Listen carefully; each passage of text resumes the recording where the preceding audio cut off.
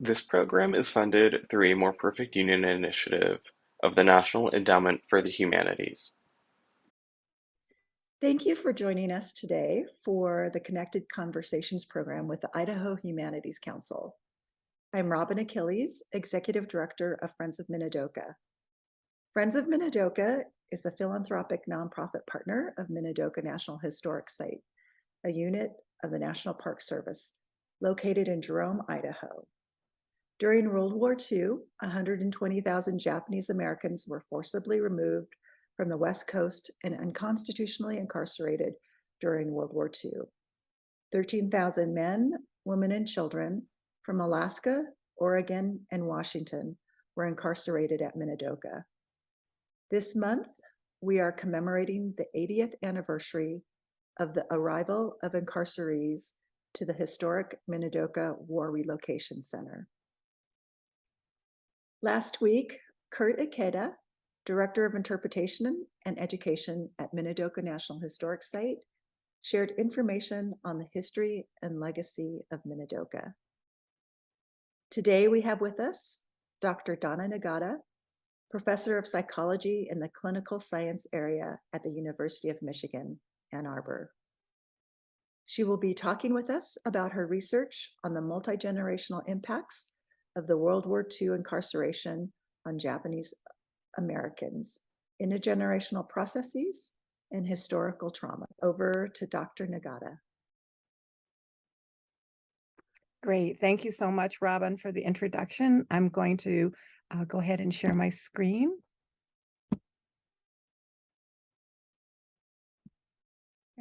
Does that work for you? It does. We see it. Okay. Perfect. Thank you so much. As Robyn mentioned, I'm going to be talking about the multi-generational trauma of the Japanese American incarceration. To begin with, this is probably information many of you already know, but just to recap, as you know, that Japan's attack on Pearl Harbor in December 7th, 1941, catapulted the US into World War II. And soon after, on February 19th, 1942, President Franklin Roosevelt issued Executive Order 9066, authorizing the military to remove all persons of Japanese ancestry from the west coast of the US mainland and into parts of Arizona. This mass removal was falsely presented as a military necessity, quote unquote. It presumed that no one with Japanese blood could be trusted, and that those who lived near the Pacific Ocean, closest to Japan, were especially likely to be potential spies or saboteurs. In actuality, there was no evidence to support this, but that did not stop the government from acting. As a result, 120,000 Japanese Americans were removed and incarcerated.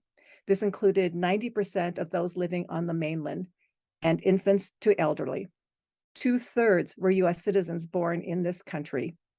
The average length of time living under incarceration was 2 to 3 years, although many were in camps for 4. Typically, with less than 2 weeks' notice, men, women, and children were forced to leave their homes, taking only what they could carry, and moved to incarceration camps located in desolate areas of the interior. They had no idea where they were going or for how long they would be gone. Eventually, they were forced to live in tar-papered, uninsulated army barracks surrounded by armed guards and barbed wire. Entire families confined to a single barren room, and all eating, bathing, toileting, and laundering taking place in communal facilities. The incarceration as a historical event might well be seen as ending when the camps closed. Little was said in public about it, and most Japanese Americans, like my family, did not talk about it. However, in the mid to late 1970s, grassroots efforts from within the community began to push for recognition that their incarceration had been unjust. In 1980, a formal government commission was established to evaluate the circumstances surrounding the Japanese American removal. After reviewing hundreds of records and hearing testimonies from over 750 witnesses, including many former incarcerees, as shown in this photo, it concluded that the incarceration was a grave injustice. It resulted from race prejudice, war hysteria, and a failure of political leadership. Eventually, in 1988, Congress passed the Civil Liberties Act, which followed recommendations made by that committee and approved providing each incarceration survivor a one-time payment of $20,000. 2 years later, the first checks were issued, accompanied by a letter like this one, acknowledging that the incarceration had been an injustice. The awarding of redress and our general perception that Japanese Americans appeared to do well after the war leads many to assume that the incarceration was done as an historical event. However, my research counters this assumption and suggests that the Japanese American wartime experience was a historical trauma. Historical trauma is defined as a trauma that is shared by a group and spans across multiple generations. Foundational work on multigenerational historical trauma began in the 1960s with research on the children of Holocaust survivors, and has since expanded to include other cultural groups, including Native Americans and Canadian First Nations Indigenous people. Social workers Nobu Miyoshi and Amy Moss were among the first to describe multigenerational incarceration impacts among Japanese Americans. What are these multigenerational impacts? Before going into that, I'd like to take a moment to define the terms that I used to reference specific generations of Japanese Americans, and these are presented here. The Issei are the first generation who immigrated from Japan. The second generation, Nisei, are the first generation born in the US. The third generation Sansei are the children of the Nisei and were born primarily after the war ended. The fourth generation are the children of the Sansei. My research is centered primarily on the Nisei, Sansei, and Yonsei, so I've asterisked those generations here. What I'd like to do is share some of what's emerged from my research to provide some insights into the transgenerational impacts of the wartime incarceration. As I do so, I do hope people can keep in mind a couple of things, however. I'll be describing some broad range of impacts that individuals have reported. And it's important to remember that not all Japanese Americans experienced all of these effects or experienced them to the same degree. Some of what I share are broad themes that were reported by many, while others are more unique. And I include the unique ones as well because I think they help convey the scope of long-term effects. To understand the long-term multi-generational process, it's important to remember the specific traumas of the Nisei who directly experienced the camps. Most of them were teens or young adults at the time. So I'd like to start with an overview of these to provide a context for what unfolded after. During the incarceration itself, there were multiple psychological stresses for the Nisei. These included fears about their safety and tremendous uncertainty about the future, a loss of their rights and imprisonment without due process, and humiliation at being viewed as a potential spy or disloyal individual. Other psychological stressors included being removed from society for an extended period of time, being dislocated from homes and neighborhoods, separated from friends and family members, the ongoing loss of privacy in camp and no longer having a home or family meals, and changes in the family role structure. Children tended to eat with friends in mess halls in the camps rather than with their families. Fathers were no longer the traditional breadwinners, and young adult Nisei could be put in positions of greater authority than their Issei parents because camp business was conducted in English, and most of their Issei parents spoke only Japanese. Not surprisingly, negative impacts continued for the Nisei generation after the war ended. There was economic insecurity. Because of the removal and imprisonment, Japanese Americans lost property, businesses, and wages, but they also had lost careers and educational opportunities. Also important was the toll it took on their health. Community clinicians observed a prevalence of psychosomatic disorders, peptic ulcers, and depression in the community. And a California study conducted in the late 1980s found that Japanese Americans had the highest level of drinking among both men and women when compared with Chinese and Korean Americans. Yet another study found that former incarcerees, particularly Nisei men, had a more than 2 times greater risk of cardiovascular disease than did their non-incarcerated counterparts. Despite these stressors, most Nisei succeeded in establishing their lives after the war. But that doesn't mean that they were spared more lasting psychological impacts. Many of these were illustrated by comments from Nisei who participated in my research. Especially important was the effect on their ethnic identity. The message was that it was bad to be Japanese during the war, and the Nisei continued to face anti-Japanese sentiments and discrimination from the general public afterwards. These impacts on ethnic identity, combined with having been unjustly imprisoned by their own country, contributed to an undeserved sense of shame that affected a more basic self-esteem. This is shown in the quote from one of the Nisei in my research. He said, "I felt like a second-class citizen, but it really confirmed, it meaning the incarceration, it really emphasized that I didn't belong in this country, that my face, my yellow face, made the difference and I will never belong."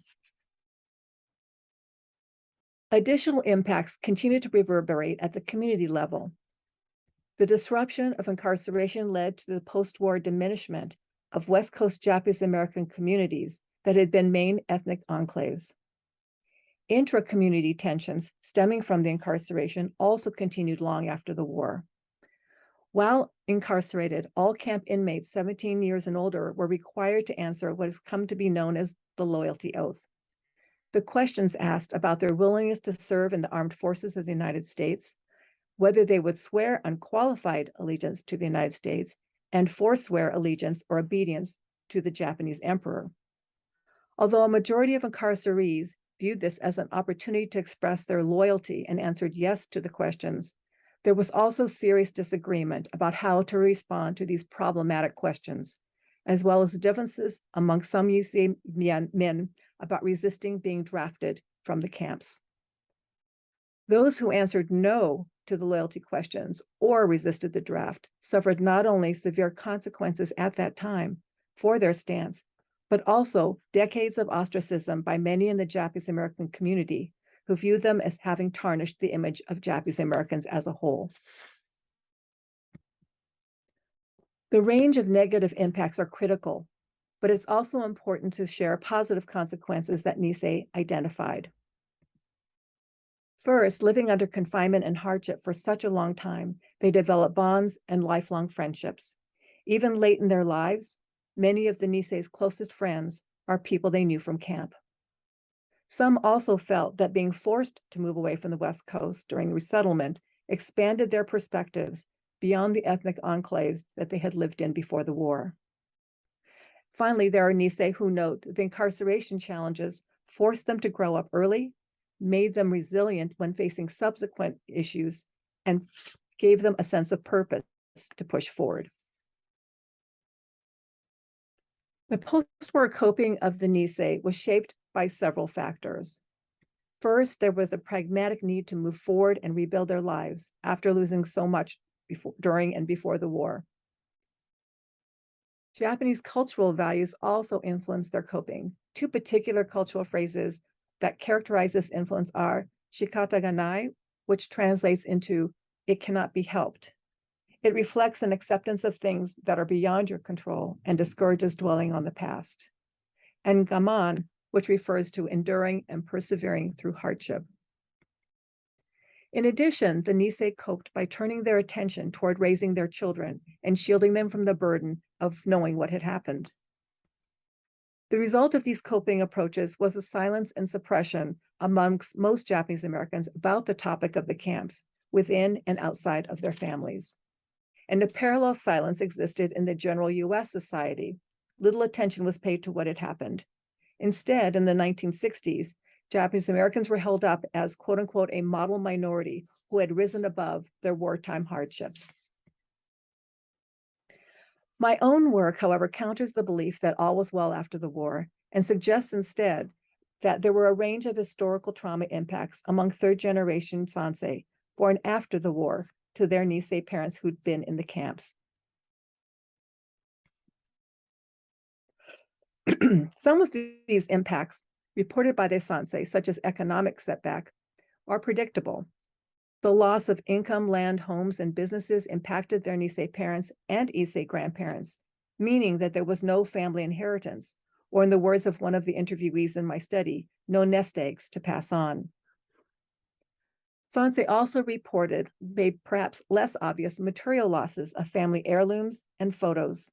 These were destroyed in the panic immediately following Pearl Harbor, when Japanese Americans burned or buried anything that they thought might be seen by the government as evidence of disloyalty. The most common intergenerational impact noted by Sansei, however, in my research, was a family silence, one that I mentioned earlier. So I'd like to say more detail about that. Majority of Sansei indicated that conversations about the camps were infrequent when they were growing up.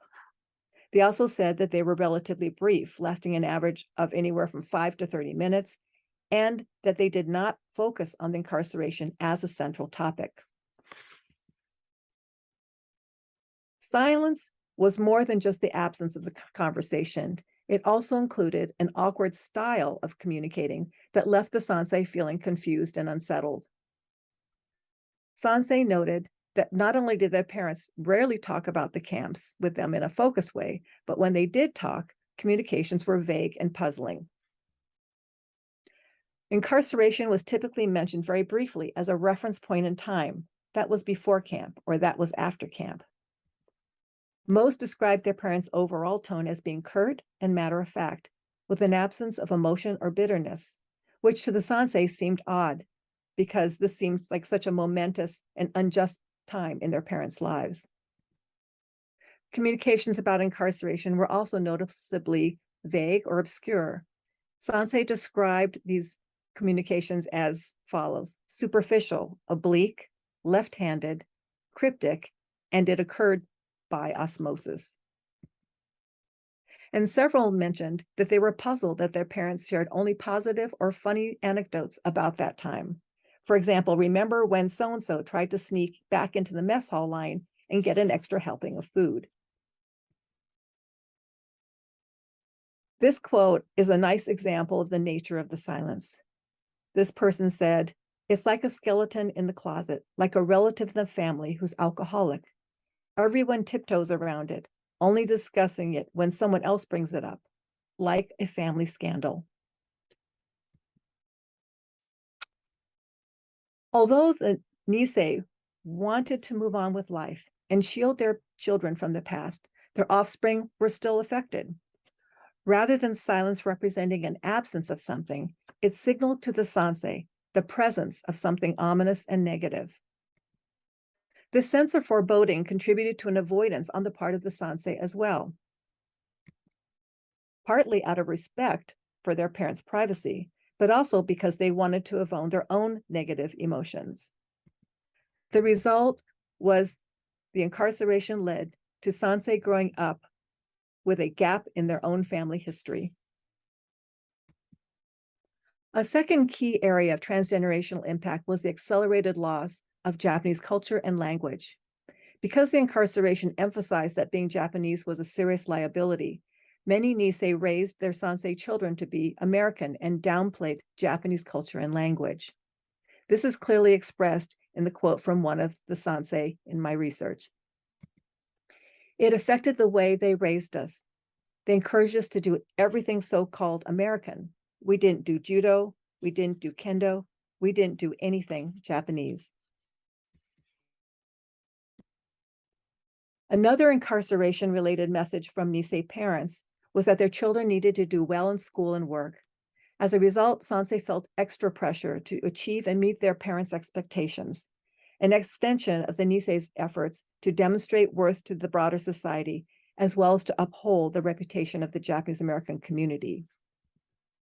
The Sansei were also told, "Don't rock the boat, keep out of trouble, and avoid anything that could draw negative attention to yourself." These expectations affected the Sansei's sense of identity and self-esteem, as described by one of the interviewees in my study. She said, "I think the internment has influenced all our lives, even though we do not talk about it much. Our need to achieve, to prove ourselves American, our feelings of self-worth, all have been influenced by the mass rejection we were subjected to.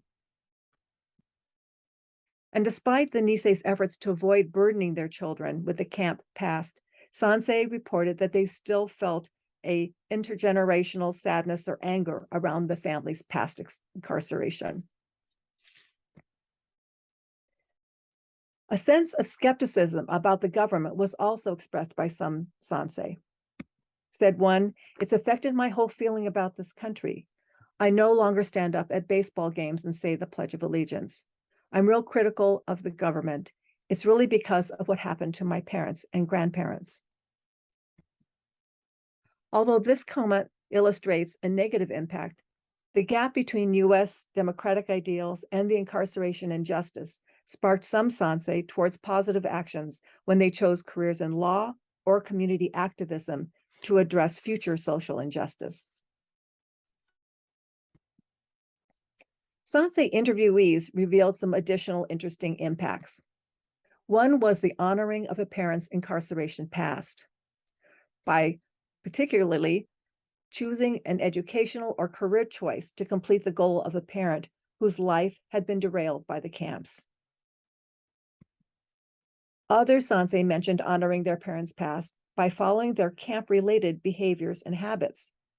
In specific, one Sansei noted that after the war, his father tried to be as American as possible by only buying American-made products, nothing from Japan. His father's cars were always Chevys. Nearly 50 years later, the Sansei's son also bought only Chevys in recognition of his father's preferences and what they represented. Sansei were also impacted by the loss of a parent. For some, this was due to an early death that they linked to the stress of the incarceration. For others, there was the loss of a parent at a psychological level, believing that their parent was less fulfilled and less engaged in life because they had been thwarted by their wartime experience. As with the Nisei, Sansei also were able to identify positive impacts. The most commonly noted was the impact of seeing their parents as role models of resilience and drawing inspiration from what they had endured. For other Sansei, there is a sobering recognition that their own existence is linked to the camps because their parents met there. Sansei interviewees also described instances where certain foods unexpectedly became incarceration triggers in their interactions with parents. These were times when a Nisei parent had a surprisingly abrupt and negative response to something that the Sansei had thought was neutral or positive. As an example, one Sansei in my study mentioned that when she was a young girl, she was thrilled to have successfully made a Jell-O mold, like in this picture. She brought it to her father in excitement, and instead of being positive, his response was, "Ugh, I hate Jell-O. It reminds me of camp." She was hurt by this unexpected reaction, and Jell-O, which had been an emotional trigger for her dad, now had a negative connotation for her as well. Apple butter, shown here, was the most frequently cited food that Nisei parents responded to when their children brought it to their attention. Certain places could also elicit emotional interactions between Sansei and their parents. One of the interviewees described how she had always loved horses as a little girl. She lived in an area near the Santa Anita racetrack and repeatedly asked her mother to take her to see it. Her mother repeatedly refused until she finally gave in. Once they arrived, the daughter asked to go on a tour of the stable area, and here's what she described. "We went, and my mother told me, 'You see that stall over there? That's number 5 Seabiscuit Lane. We lived in that stall.' I was so upset. I was so angry because on the one hand, there were all these beautiful horses and it was a beautiful facility. But for a family, it was just so awful. She told us that when we got there was horse manure on the floors." Santa Anita racetrack as a place which originally seemed so positive and exciting to the daughter was now associated with her mother's painful past. The daughter did not know that the same racetrack had been used as a temporary detention center during the war, where Japanese Americans were held for several months before being moved to the more permanent incarceration camps. What about the fourth generation, the Yonsei, whose grandparents were incarcerated? The Yonsei, who are now in their mid-20s, late 30s, have grown up in a life context that is quite different from their Sansei parents. Most have grown up with more exposure to Asian American, multicultural, and ethnic minority content in their educational settings and through social media. The Yonsei are also more likely to be bi or multiracial, since the Sansei had approximately a 50% outmarriage rate. My current most recent research is focused on understanding the Yonsei's perspectives on the incarceration. Using an online survey, I gathered data from fourth-generation Japanese Americans whose average age was about 34 years. The majority are self-identified as female. Within the survey, more than 450 Yonsei answered the following open-ended question that I show here.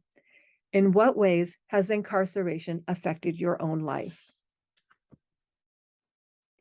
Like the Sansei, Yonsei also report incarceration impacts on their sense of identity and loss of Japanese culture and language. Close to 40% who answered this open-ended question mentioned effects on their sense of identity. One Yonsei referred to this as a waterfall effect being passed down from grandparents to be more American than Japanese.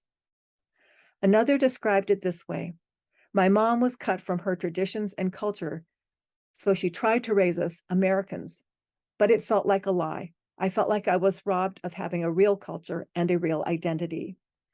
And yet another Yonsei described the strain this way: I grew up in the fake idea of what American life should be.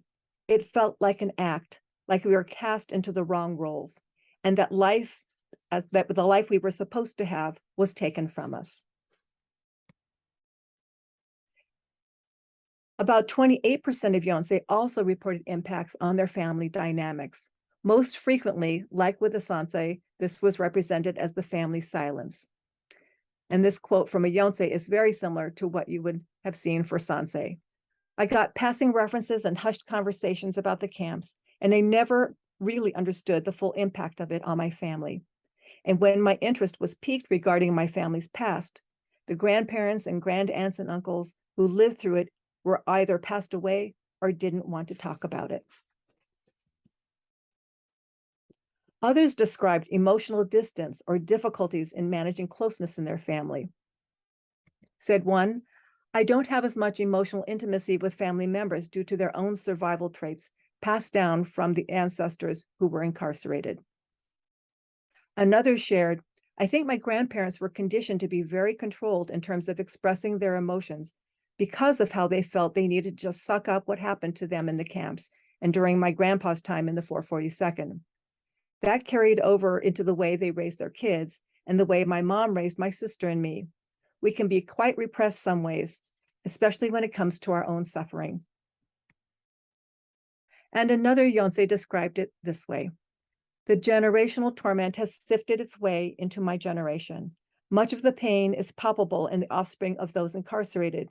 My mother was often cold and emotionally unavailable due to being raised by a person who was poor and incarcerated. As with the Sansei, there was mention among Yonsei about a sense of distrust or caution around the government. Said one, knowing what my grandparents and hundreds of thousands of other people just like me went through has made me appreciate the freedoms many people take for granted. It has also seeded a distrust and a resentment of the government. Others mentioned a general sense of insecurity. One wrote, I think that they, and referring to Nisei grandparents, passed down to my dad the saying, hope for the best, prepare for the worst, since they had everything taken away so suddenly. My dad has always been very concerned over the safety of my sister and I to an extreme extent. Others noted that they believed that their insecurity about not having enough money or about their possessions might have stemmed from the past incarceration. In relation to material possessions, one Yonsei interestingly noted, I constantly experience an inherited and complicated relationship to physical things, what to keep, what to hold on to, what to get rid of, what not to acquire. And this is a reaction to my grandmother's hoarding and extreme saving of useful material. Others mentioned specific family or personal psychological problems and stressors, including anxiety and depression. As one mentioned, I've walked around with a sense of unease and anger my whole life, partly stemming from this family experience of being branded and cast out. Anxiety and depression are companions in my life. Others noted that addictions, particularly alcoholism, are linked to their families.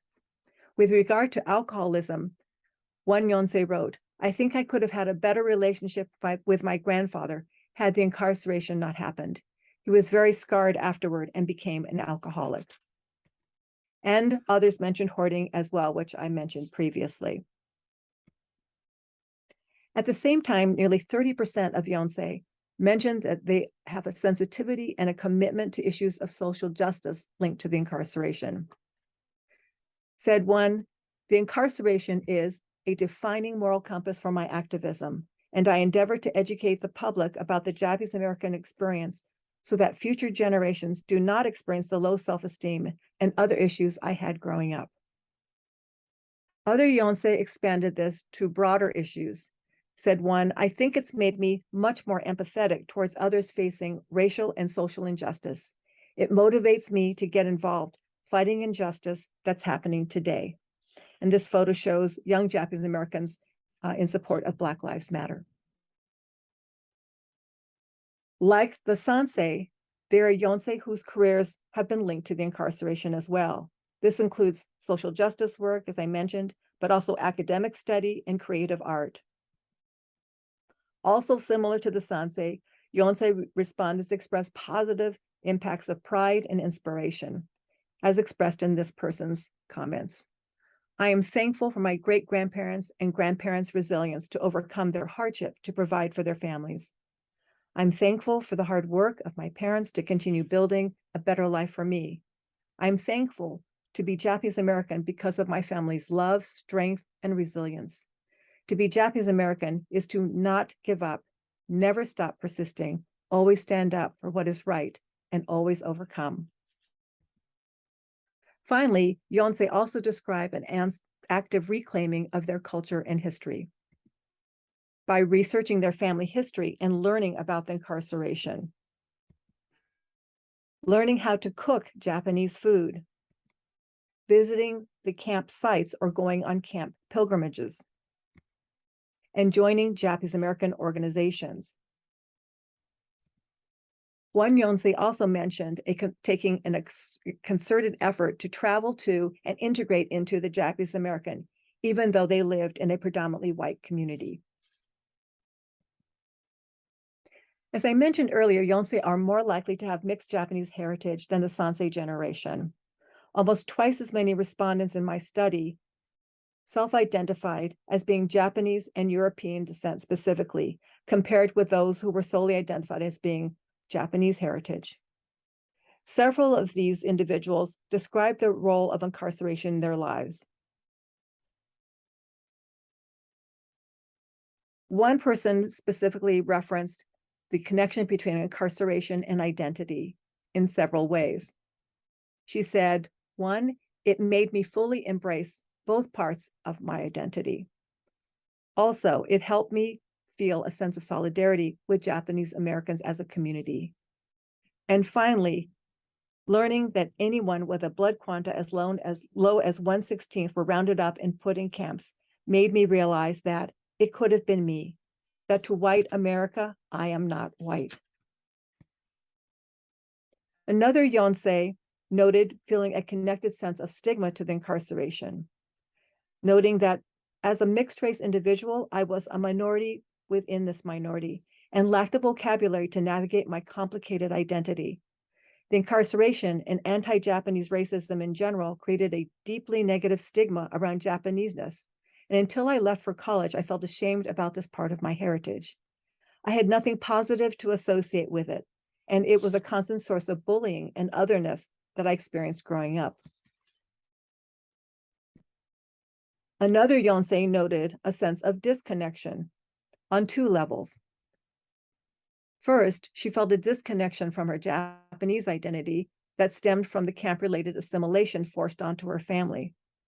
but also a disconnection from the larger Japanese American community, noting that as a Hapa, mixed race Japanese American, it has been even more limiting because the Japanese American community does not acknowledge me as Japanese. Unfortunately, ongoing national and international events serve as reminders that these historical traumas have continued relevance. In 1982, Vincent Chin, a young Chinese American, was brutally beaten to death in Detroit by two white men, a Chrysler automotive plant supervisor, Ronald Evans, and his stepson, a laid-off auto worker, Michael Nitz. Evans was heard swearing at Chin and saying, "It's because of people like you that we are out of work." The comment was referring to the Japanese auto industry. It did not matter that Chin was Chinese, not Japanese, or that he lived in the United States and had no connection to businesses in Japan. In 2001, immediately after the September 11th terrorist attacks, parallels were drawn to Japan's attack on Pearl Harbor, and there were calls to round up Arab and Muslim Americans, just as the government had done with Japanese Americans in 1942. More recently, the government's establishment of migrant detention camps also sparked concern among members of the Japanese American community. In the summer of 2019, the US government announced plans to house 1,400 migrant children at a military base at Fort Sill, Oklahoma. The base once held 700 Japanese Americans under armed guards and surrounded by barbed wire for 2 months during World War II. Recognizing this, a group of Japanese American activists, including some who had been incarcerated as children, went to Fort Sill to protest the plans and displayed signs to stop repeating history, as shown in this photo. And the upsurge of anti-Asian hate and violence since the start of COVID-19 serves as yet another reminder of the ways in which those of Asian heritage are viewed as forever foreigners who pose a threat to the US. News stories about these recent attacks often point to the long history of anti-Asian sentiments and policies in the United States, and often mention the wartime incarceration as a prominent example of this pattern. The past of all generations of Japanese Americans are linked to the present. These current events are very concerning, but it's heartening to see that in my recent survey, there are a range of negative incarceration impacts reported by Yonsei, but also they recognize a multi-generational legacy includes a sense of resilience and pride in their families and having survived historical trauma.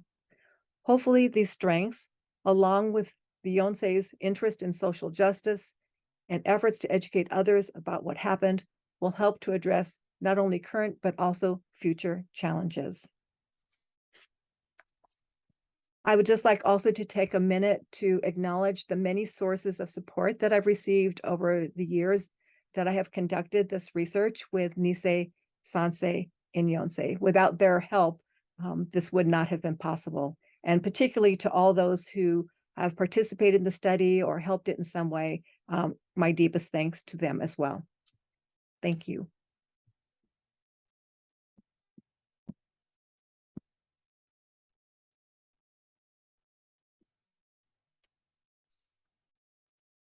Great. Thank you so much, Dr. Nagata.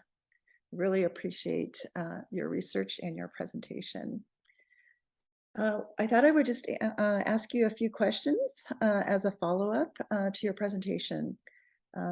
As a descendant of incarcerees and as a Yonsei, I so appreciate your work in this area. Could you share with us how survivors and descendants of incarceration respond after reading or hearing your work?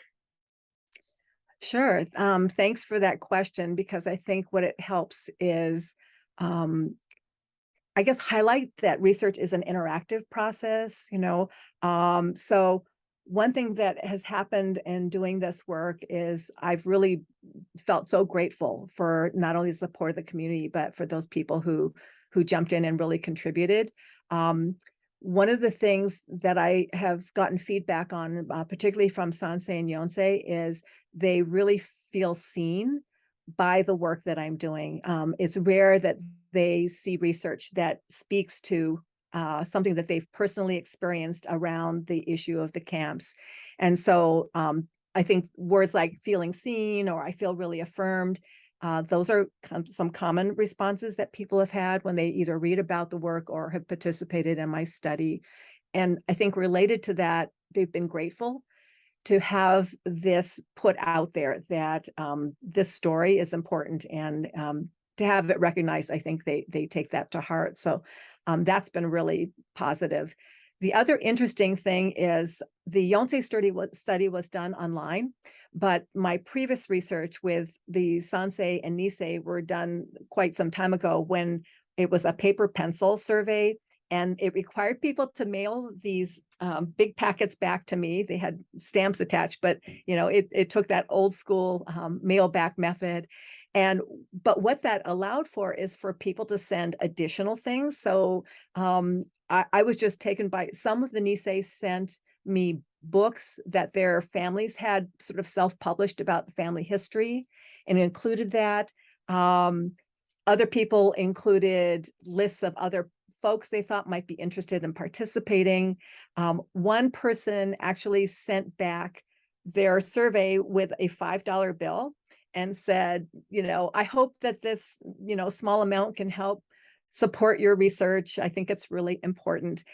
So people kind of going over and above was really, really amazing. And I think that was another way in which it kind of convinced me that this was touching something that was important to people. They really took it personally, but also wanted to move it forward.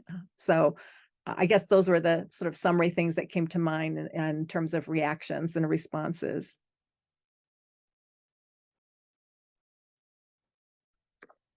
Yes, I'm really excited and thankful.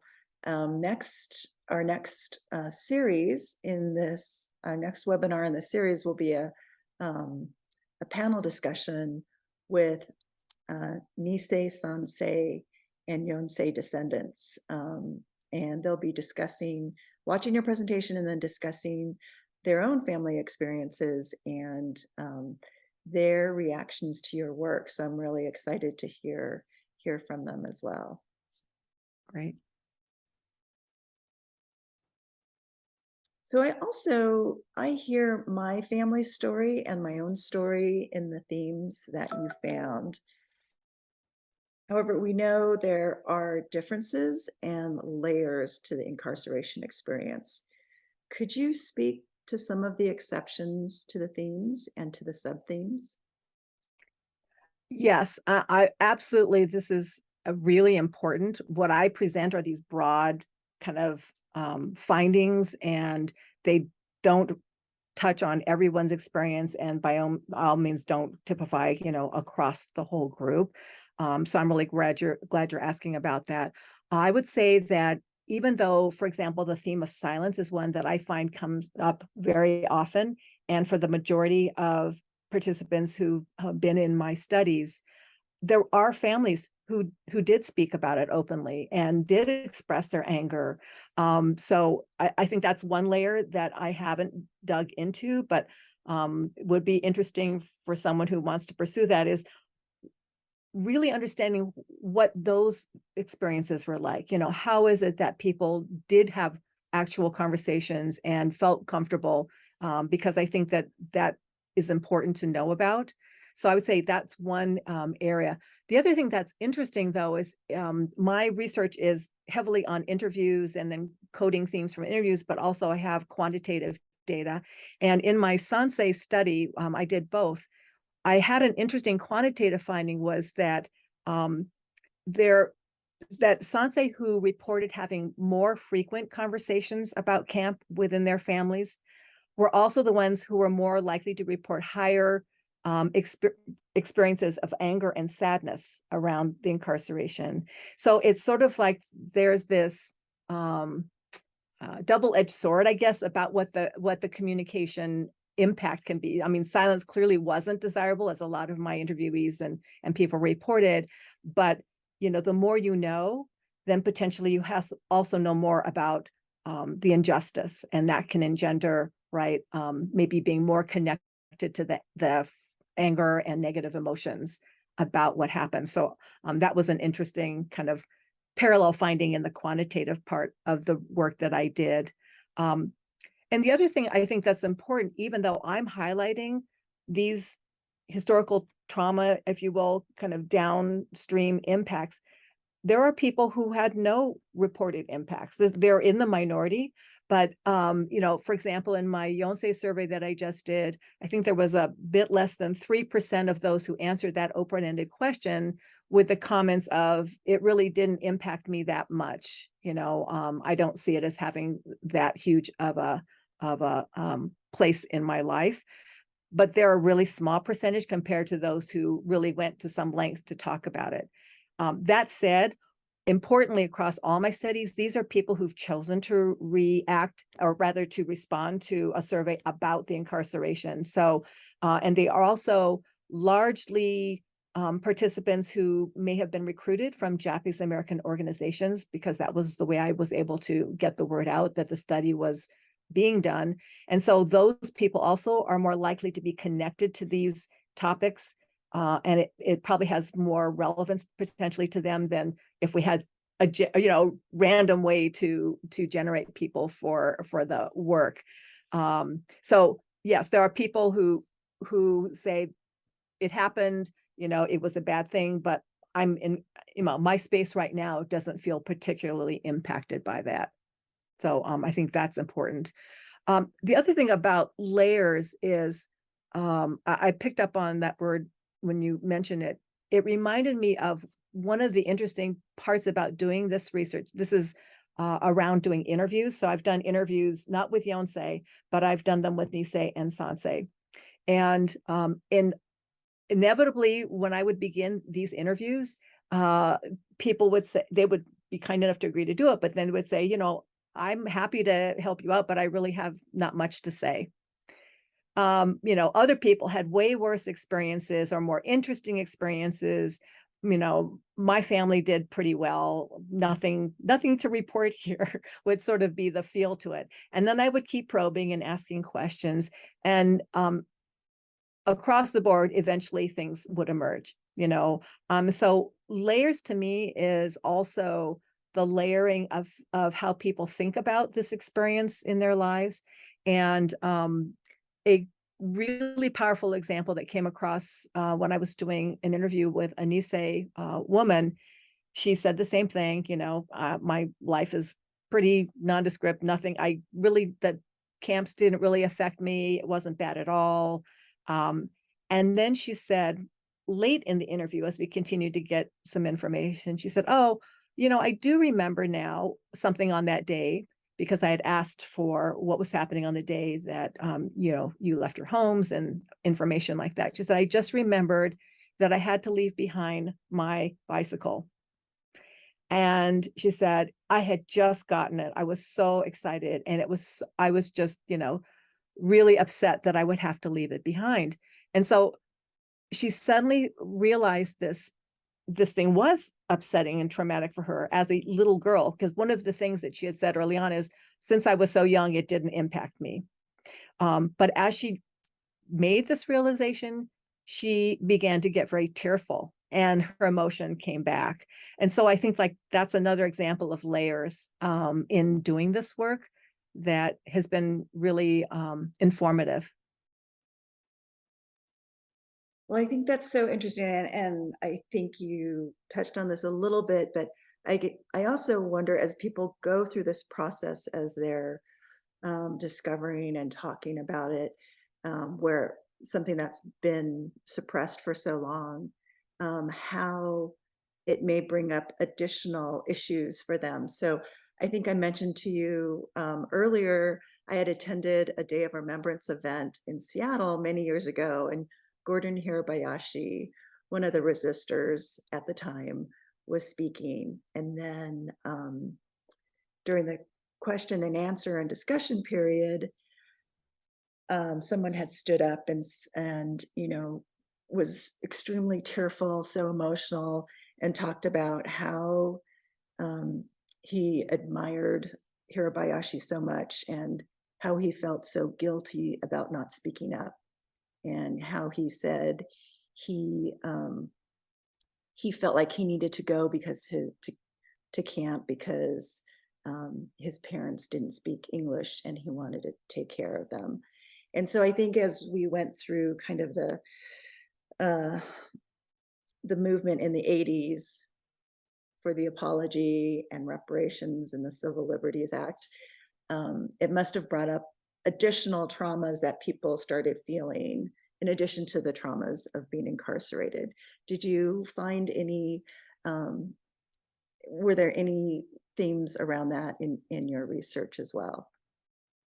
It's not something that emerged specifically, but I do think your point is that all along the way, the context of opportunities where, you know, the information can either bubble up or be touched upon are more touchstones about the event itself, right? So this whole idea that something happened and it's done, I think those are more examples of how it bubbles up again, and then it does require some processing or, you know, a different context of understanding. But to your question, I haven't specifically, you know, had that theme come up.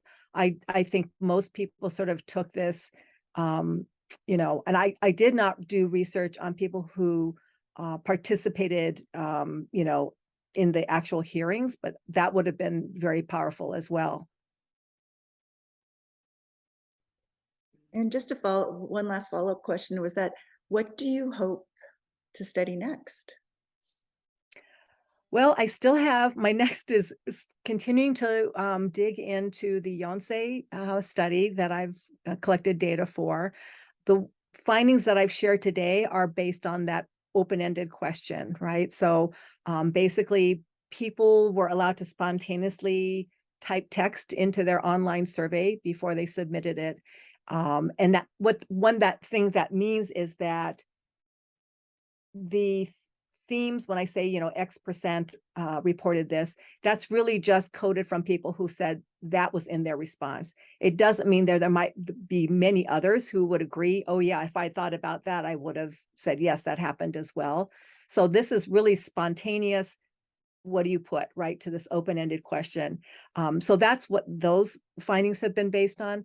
What I have not started doing yet is digging into the quantitative piece of the survey, which actually was the bulk of it. So Sansei were asked a whole range of questions. Some of them were camp related. So an example might be on a scale of 1 to 7. So these are quantitative circle or click one answer.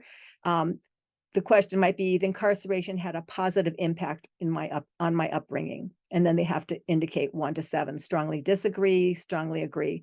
So they had a whole lot of questions, incarceration focused like that. And then they also had similarly set up rating scales for more general questions around their experiences of Asian American racism, their beliefs in a just world, their sense of well-being, their self-reported level of self-esteem. And so what I have laid out before me now is to dig into this quantitative data and start looking at how varied incarceration perspectives might be associated with differences amongst the Yonsei. You know, they're clearly not a monolithic group. And so really sort of teasing out more specifics about what those interrelationships look like between maybe more general worldviews and then reported impacts of, you know, this experience in their lives. So that's on my plate for the future. And yeah, I'm looking forward to seeing, you know, maybe those will help to kind of confirm things that the open-ended revealed, or maybe something really different comes out from that, which will be interesting as well. Great, thank you. My last question is, you know, this series is with the Idaho Humanities Council is funded by the National Endowment for the Humanities Program, A More Perfect Union. As we pursue a more perfect union, what do you hope citizens, policymakers, and leaders will learn from your work? I think my hope is that my work will encourage people to really consider the long-range impacts of governmental policies. I think that's really the bottom line, and that it's really important to assess how our decisions that we're making in the present can have long-term consequences on a whole variety of levels. You know, some of what I'm talking about is very specific and unique and unexpected, if you will, right? And others seem like, yes, that is clearly an outcome, right, of that policy that was set. So that we really look at these at a variety of levels, and that take into account that current decisions have reverberations into future generations. I think that's really a key part of it. And I guess the other thing is, you know, referring to the phrase "a more perfect union," my hope is that policymakers, when they think about what the union is, that they take a broad lens of that, you know, so that it takes into account the past to avoid mistakes that have been made, like the incarceration, not just a mistake, but huge injustices, but also have that lens include union into the future, right? So that we're thinking about things broadly, not just in the moment.